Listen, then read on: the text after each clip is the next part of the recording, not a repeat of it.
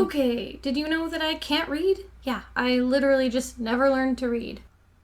What, at all? Yeah, well, who's gonna teach me to read? Junkyard Slugman? I thought his name was Unkar Plut. What? Junkyard Slugman? I am 100% sure that wasn't his name. Oh my god, no wonder he doesn't like me. Hey, so where's Mom? Oh, she died of sadness. Ladies do that.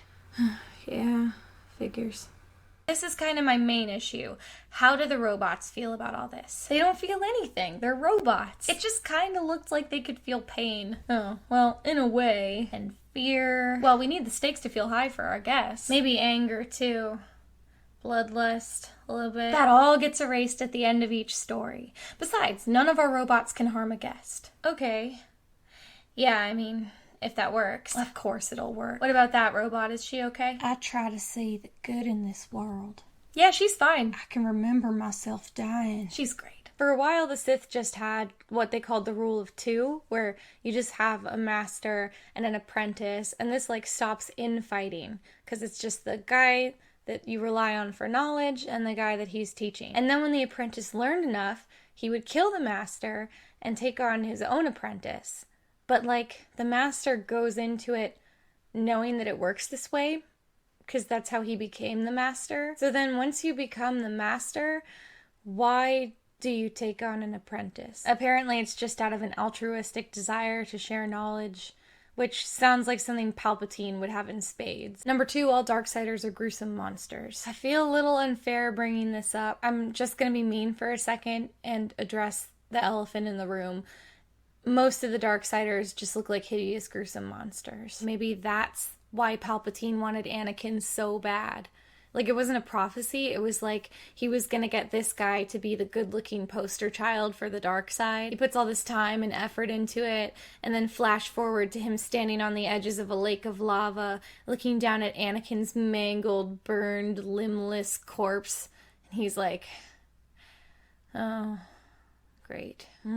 Yeah, put him in the van, I guess. Anyway, Darth Malgus was in a mutual, loving relationship with a Twi'lek named Elena Daru. He also apparently looks like this. There's someone for everyone. Although he just kind of tells you that in a really awkward way. And then they're like, oh, he's glitchy, so he just says whatever he's thinking. Is he always thinking about what he is all the time? Do I just walk around thinking, I watch Star Wars? Oh wait, I do. So what I'm saying is this story doesn't have an ending because it's the movie version of the first half of the sequel of an erotic Twilight fan fiction. That should have really just been the tagline. So gods are real, and they coexist in this universe with comedy pirate Paul McCartney and CGI octopus face man. Is Poseidon gonna be the bad guy in the 6th movie? Is Jack Sparrow gonna ascend to godhood and fight him? She asked him how, and we're treated to this explanation. First, I hacked into the TCL site by exploiting an XSS security breach. Then I injected a script into my profile page. After you looked at my profile, I gathered your login information, got your real name, email. I assume he's still nude while he's saying this. And from that point, I was able to get your physical address, birth date. I remotely installed software on your computer that let me stream this live video. Perfect crime. As Justin spoke, he leaned, exhaled warmth straight into my ear, and gave my tummy a rush of sexual excitement. Is there any word less attractive than tummy? Oh my god. Yeah, no, I'm not gonna talk about these pages. Okay. It's not funny anymore. It's really bad, but after everything that occurs, after 24 hours have passed with him in the house, during which many things have happened, I reflected on those hours as I lay in bed. He lay right beside me. Justin, what a strange character. I think that's a little mild. I did recall Justin's sweet compliments. I'd never forget. It was the first time anyone had ever complimented me on my appearance. Girl, I mean, if that's true, then I guess I understand why she likes him. Do you have a career aside from hacking computers? I'm a troll. Not just a troll. It's an acronym. For what? Actually, I'm supposed to withhold information pertaining to my job. What is it an acronym for? He apparently works for a spy group, and his entire job was to seduce this one girl. And his strategy was to just send her a private message on the site that seemed like it was from a troll that literally just said, LOL, nice boobs. And that was like his entire master plan. And then he Skyped her himself doing a strip tease. Like, just to be clear, this worked on her because she's weird. I backed off, trembling, losing the last thread of sanity. You were using me? Okay, Justin's holding the gun, he's wearing his scary mask, and he tells her to answer the door and that nothing bad will happen.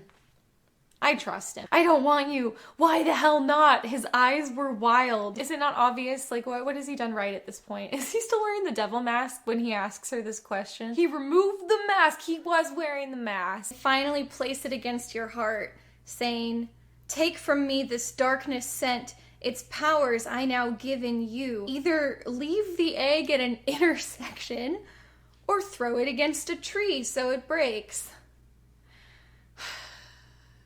I guess I'm going outside.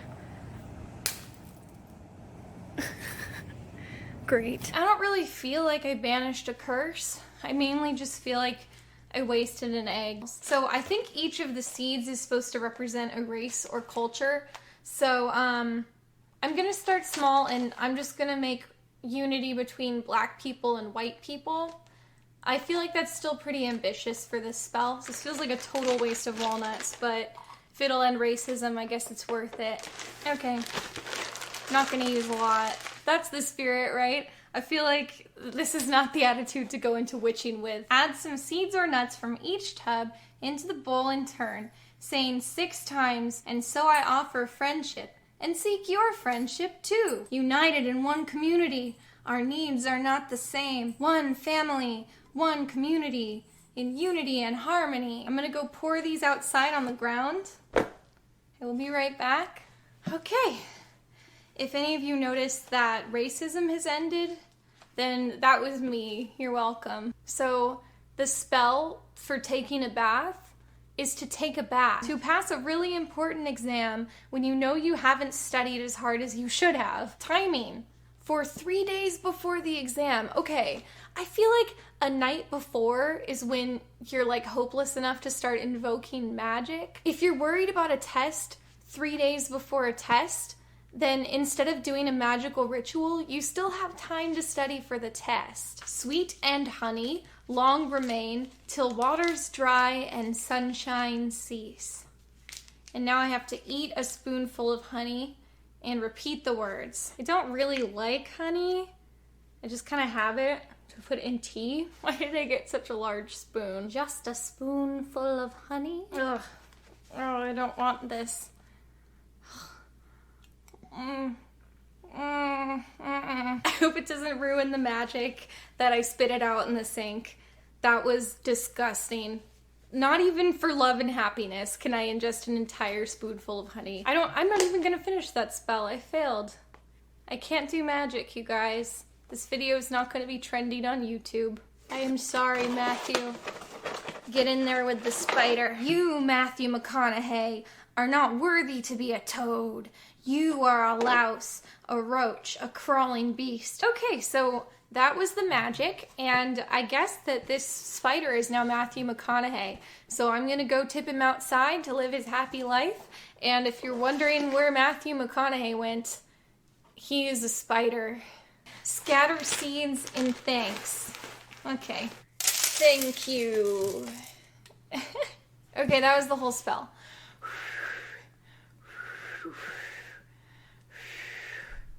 Magic is fake. Firstly, I acknowledge that this doesn't really fit me.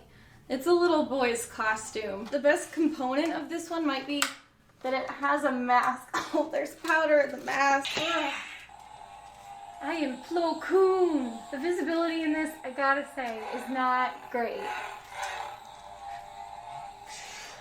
The outfit is cool though. Like, I feel cool.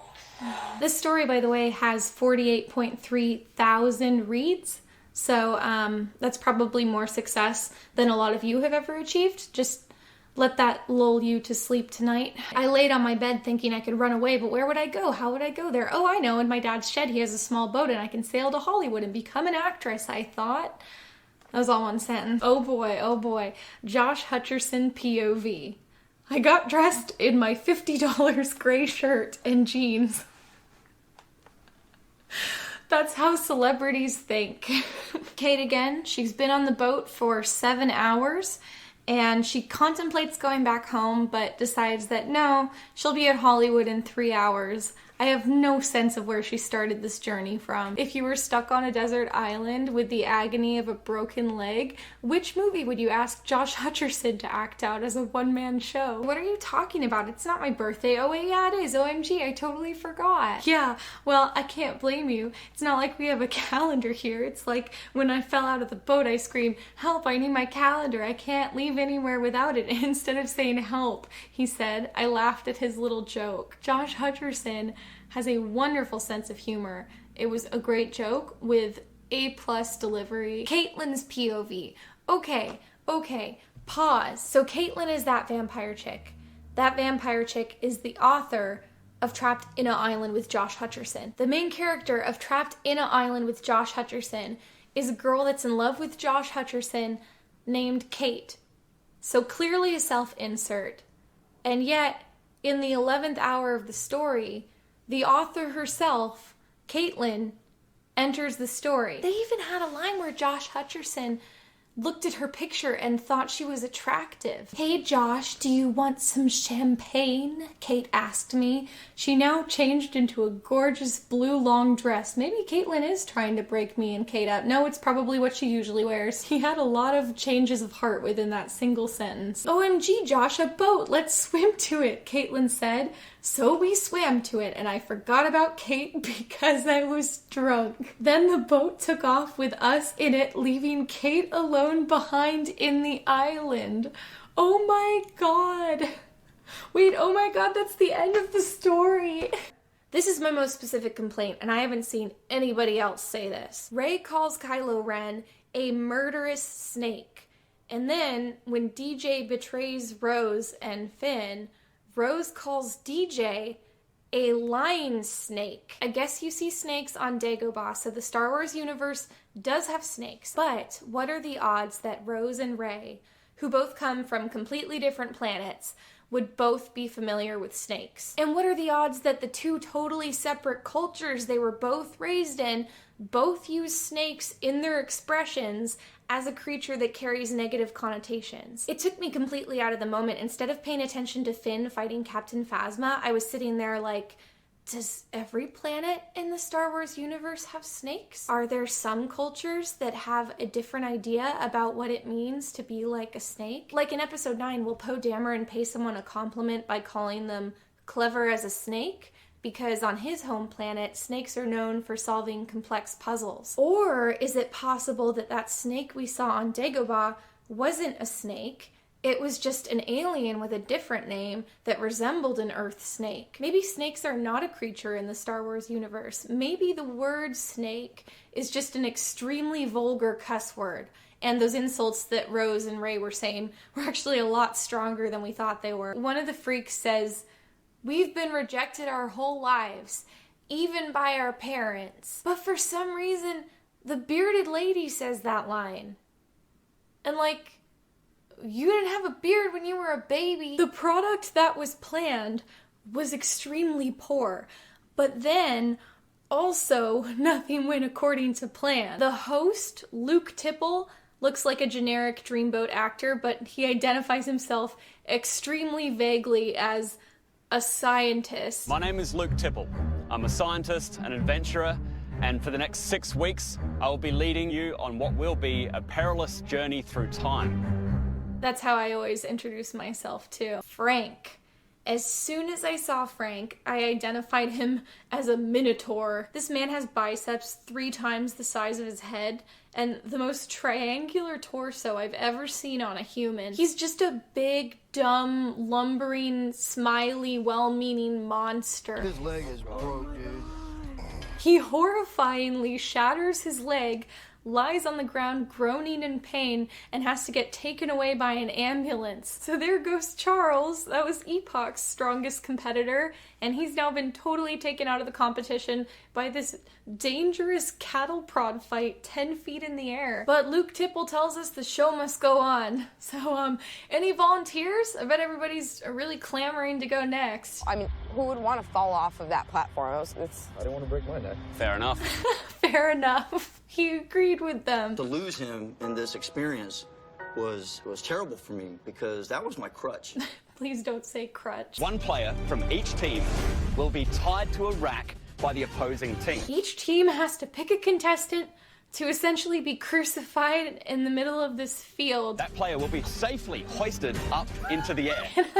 Can I just point out that they clearly dubbed the word safely in after the fact? That player will be safely hoisted up. In a totally stone cold move, both teams vote to put their newest contestant on the rack. Welcome to the team, you guys. Steve and Mercy are trying to be good sports about it. And our first impression of Steve is this very mysterious and very suggestive comment. I have a lot of friends that would love to see me tied up like that, so it's for them. Okay. 50 seconds! And Frank has the flag. It's over in 10 seconds. It's just a slaughter. And considering how easy it was for him, Frank really rubs in how happy he is to have won for an uncomfortably long time. Whoa!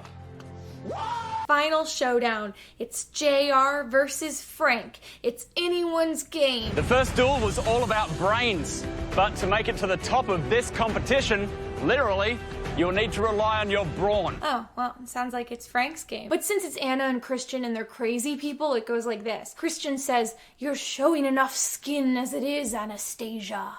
You are mine." Anna says, "Okay, Christian." Anna waits for Christian to go away and then takes her top off behind his back. He comes back. He's angry. He throws a towel at her violently, "Cover yourself up.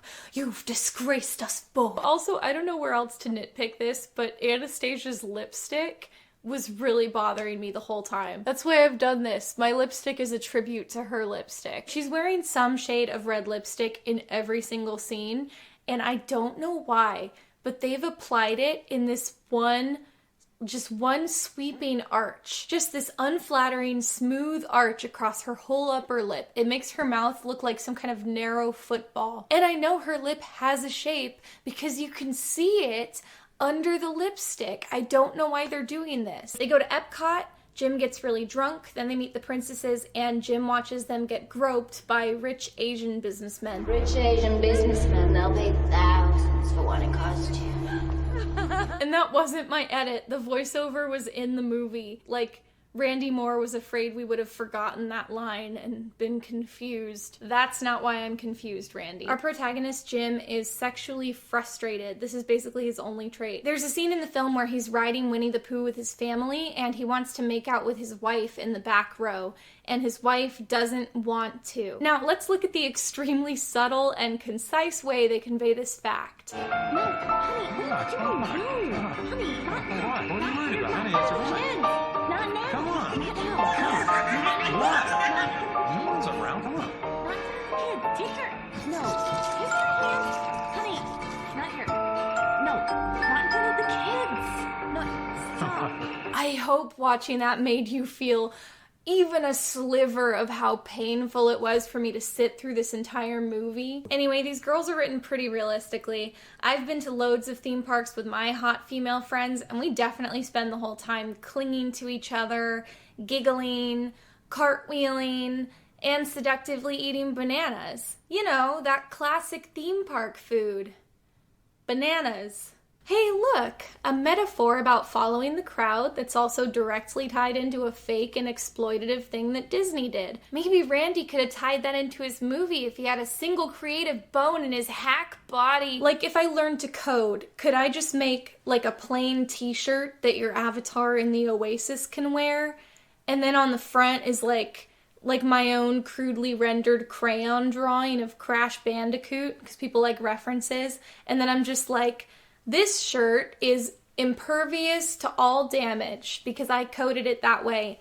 and now it is so. I've been on the internet long enough to know that in the interest of realism, at least 30% of these avatars would be furries. And some of them would be in diapers. What are you trying to tell me, Ernest Klein?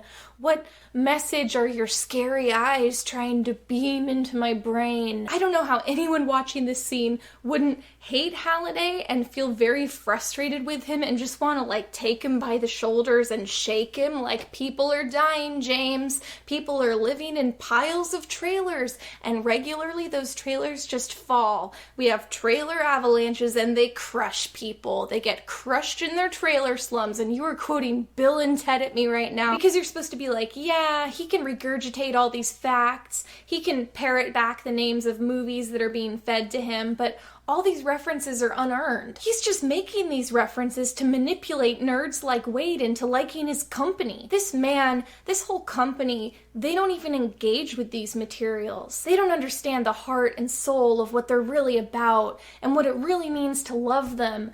And that's wrong. And that was just... I just found it a little ironic.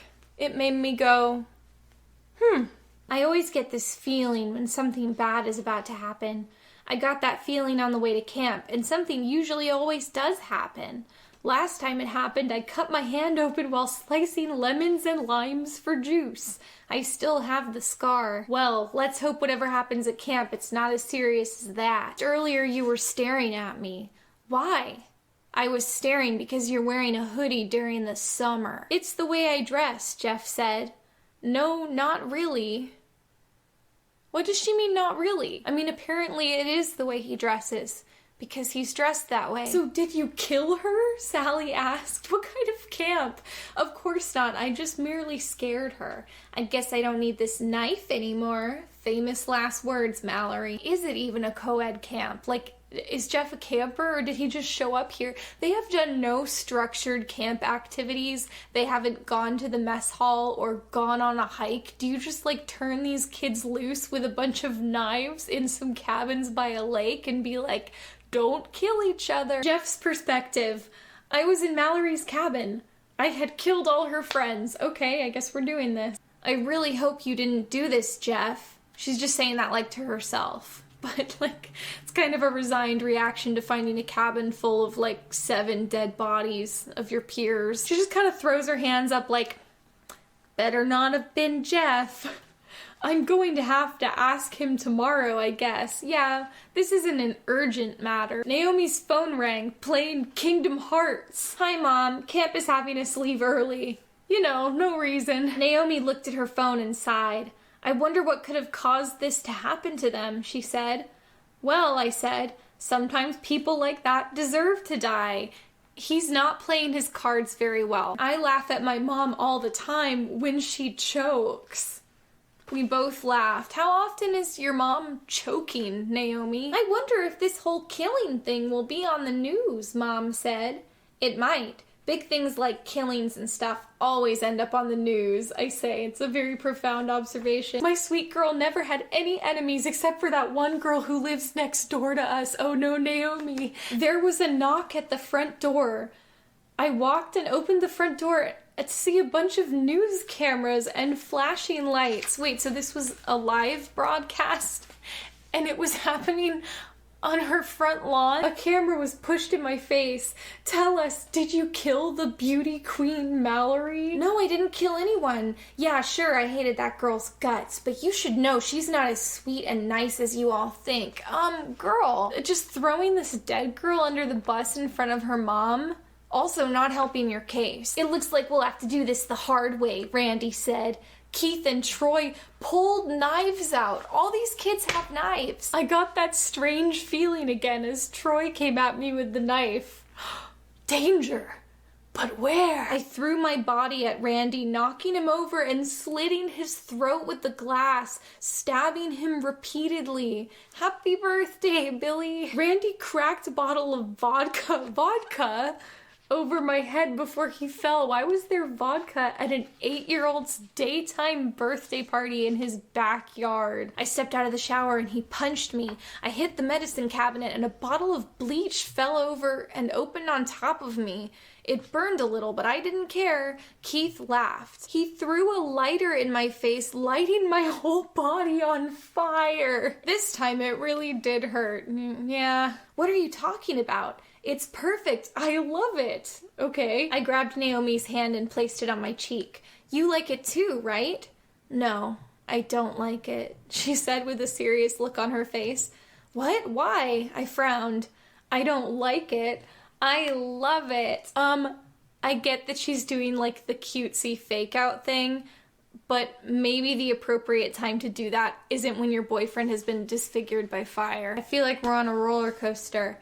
The voice was right. I can't see myself when I sleep. I snuck downstairs and rummaged around the kitchen and took out a knife and a lighter. I snuck back upstairs and shut the bathroom door. I lit the lighter and burned my eyelids off. I cried. Okay. I heard someone gasp. I turned around and saw my mom standing there. Jeffrey, what did you do? I couldn't see how beautiful I was, so I burned my eyelids off and I cut a permanent smile into my cheeks so now I can be happy all the time. Duh. I smiled some. Yeah, you smiled a lot, I'd imagine. Tell me, Mommy, am I beautiful? I asked hopefully. Yes, you are, dear. Let me just get your father so he can see how beautiful you are, too. She's playing it smart. I like this. She ran out of the room and back to their room. Honey, get up and get your gun. Jeff is... Wait a second. His dad also has a gun. And could she have been a little more subtle? I coughed up blood. I slipped away into nothingness. Well, thank God the child murder was granted the most detail. Nisha, girl...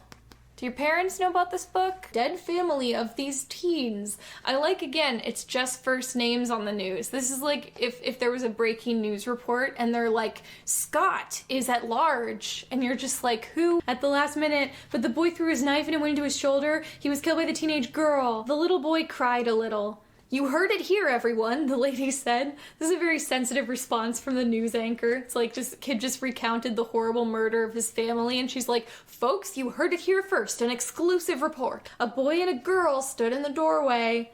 Oh, and what story would that be? The girl said. It's about these two killers, and this young boy here was telling us about them. Read the room, lady. The little boy screamed, we have to get out of here now. Can't you see these are the two killers I was talking about? Yeah, they do have extremely distinctive physical attributes that he just described in remarkable detail. And I am Slender Man. There are other killers, but they are followers of Zalgo, and sometimes they may want to fight you, the tall man in the suit said. So we've met everyone. Now what? Jeff asked. And that is the last page. It's over. It all kind of looks like what you'd expect. But to make sure that you know that these are dolls for girls and definitely not for boys, the packaging is rendered in this palette of purples and psychedelic oranges. It's very much like a sunset or the Instagram logo. It's a little girlier, but it's kind of understated. I actually think it looks really nice. But I'm a girl, so I wouldn't I? Of course, if you are familiar with the source material, you would know that Ray exists in a totally different decade than the other dolls and couldn't realistically hang out with them, and that Jinner so canonically died in an explosion. Which I don't think is true of any of Barbie's friends. 4 dolls and have 3 of them have the same skin and hair color. Yes, I realize that they all have subtly different chins and eyebrows, but I promise you that to a little girl, these dolls look identical. A child cannot tell you which Disney princesses have stronger jawlines and wider set eyes. They know that Cinderella has blonde hair and a blue dress, and Merida has red hair and a green dress. If you gave them all 3 of these dolls and said, this is Janice, she wears 3 different outfits, they would be like, yes, sounds legit. I will say though that while I was watching Forces of Destiny, I kept finding myself reaching for these dolls and just kind of doing this. Like it's a stress toy. Just kind of feels nice on your hands. You can take her boots off, and I'm having trouble wrapping my head around that one. How does this enhance the doll when all of her other clothes are permanently attached? Do you think I'm gonna send her out in the snows of Hoth with a bare foot? My favorite part about Pantsless Sabine is that there are no fashion packs being sold for these dolls. There are no replacement clothes. Like, you don't have the option of putting her in a different pair of pants. You simply have the option of taking off the ones that she's wearing. So Sabine's play modes are pants on, pants off, no other options. Where's our webisode unpacking this story element? Here's a child playing with a Barbie doll. You clutch it in your little hand, you wobble it around like so, and you make it talk to the other Barbie dolls. That's most of what they do. They talk to each other, they have drama. There's a party, and one of the dolls was invited, and one of the dolls wasn't. The reason there's a party is not only because it creates drama, but because it creates an excuse to put them in party clothes, which is one of the only things you can do with a fashion doll. I actually was quite pleased to get this one because I think her outfit is cute.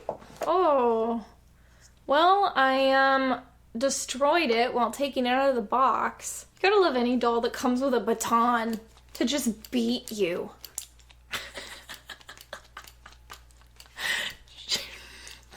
I fully appreciate that Rey swinging her lightsaber looks like nothing, Leia with her blaster looks like nothing, and Jin swinging a baton to savagely beat you over the head to your death looks pretty good, pretty on the money. This is the best one.